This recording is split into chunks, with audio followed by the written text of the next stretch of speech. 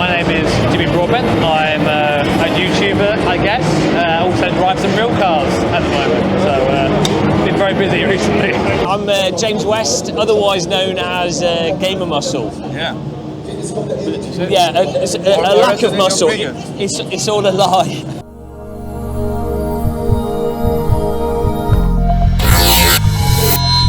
How important is a Simfluencer like you? How important is that for the industry? How important am I? Yeah. Probably not very important, to be honest. I meant as a group. Look, I think sim racing would be better if I wasn't here, but I like to lower the bar, and then it makes it easier for other people to shine. I'm doing it as a service, yeah. But it's when you say important and how important are you, I just think no. Because it sounds evil, right? You know, when even just the word influencer on its own. Yeah. You know, it reminds me of like Star Wars. You know, like Palpatine. Yeah. Yeah, do it. It reminds me of that guy. So you look a lot better. Yeah, I can't shoot lightning yet. But, I think it's definitely it's really nice for customers or the consumer. That sounds oddly corporate. But it's nice for customers to be able to. You've got a good range of YouTubers now. When they get more popular, where they can see a lot of different YouTube reviews and content.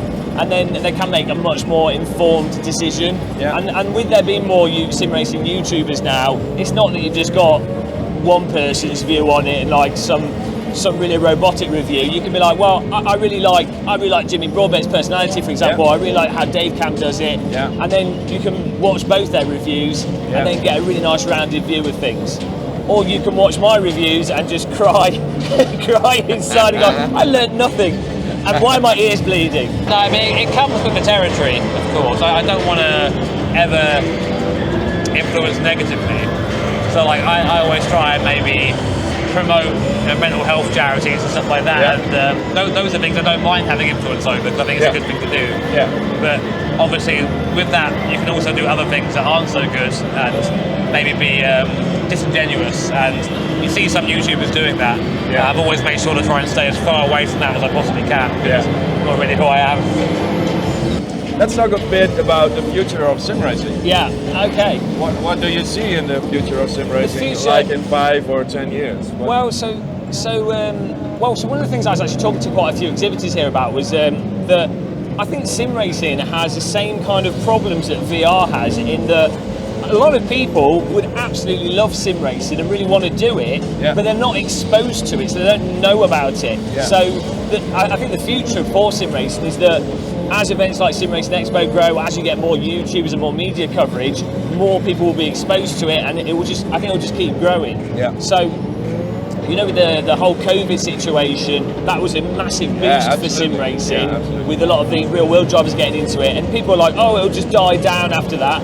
But actually, it sort of kept on growing. I'm not really sure where it's heading now. I mean, like, we're already at a point that I didn't think sim racing would get to, where it's now like, it's not quite mainstream, but like it's getting there. You know, I mean, like, for example, having a Sonic Corsa now is on PlayStation 4. You know. Yeah. And mate, can you imagine a sim game on the PlayStation 10 years ago? No, everybody was like, no chance. And what about the hardware?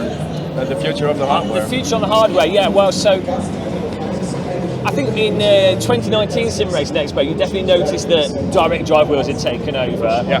And this year, I think you're noticing a lot of the sort of four, you know, the actuators in the corner, D-box and PT actuators, that kind of situation in the corners, minimal motion rigs doing the suspension stuff. Yeah. Obviously, that's still very expensive. It's not your average consumer, but I think that seems to be the direction on the hardware, that more people are getting into that. I think if you get VR and motion is still a little bit, it needs work, still motion, I think. Yeah. I mean, if you have like a very subtle motion, VR, you know, a good set of pedals, good wheel, I think, have that, and you can almost fool yourself into being in a real car. Yeah. I mean, for example, you know, I've got the Ultimates at home, of course, on the Praga rig, and the brake pedal is exactly the same as the Praga pedal in how it feels, which is amazing. Yeah. Well, let's talk about Heusinkveld products. Yeah. Why do you like it? Like them? It's like I went from having like a fairly, like I had a Thrustmaster and a play seat.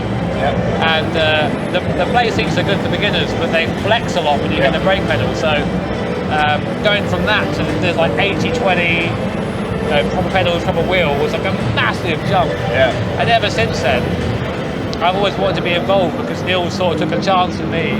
Yeah. And I like to think that I sort of paid him back by, using the equipment. But the reason why I still use it now is because I still love it so much. I wouldn't. I know it's easy for me to say, obviously having all this stuff here. Everything is good, but I'm like, well, I still prefer the ones I use at home. Well, I think Heusinkveld is definitely. The thing is, you've got the reputation for the customer support, and I think if you're buying a premium, you're spending over £300 on a device that you're looking to keep probably for more than 5 years. Yep. You're not just buying the device, you're buying the support and the customer service. Yep. And I think that's what Heusinkveld are known for. Absolutely. So, yeah. But I only said that because they sent me some pedals. So, no, genuinely though, I think that is, if you were to ask online, that is the reputation that Heusinkveld have got. And I think that's what all sim companies should be aiming for. It's like a good solid product, but the actual customer service is a really important thing. Yeah. Thanks for the advice. Yeah. Right. With the envelope with the money in it. There's some pedals over here. Yeah. Oh, thank you. Yeah, thank you very much for the interview. No, I appreciate being invited. It's awesome to see you guys. And as I say, really nice with Simfluencer Expo to just be in a physical location, seeing everyone in 3D. And so thank you very much. Thank you very much. Oh, hang on. We do it like this. Don't break the rules. Thank you very much for being here and talking with me about sim racing. The bill will come later, so don't worry about that. Thank you very much. Thank you again for watching, and see you next time. Bye.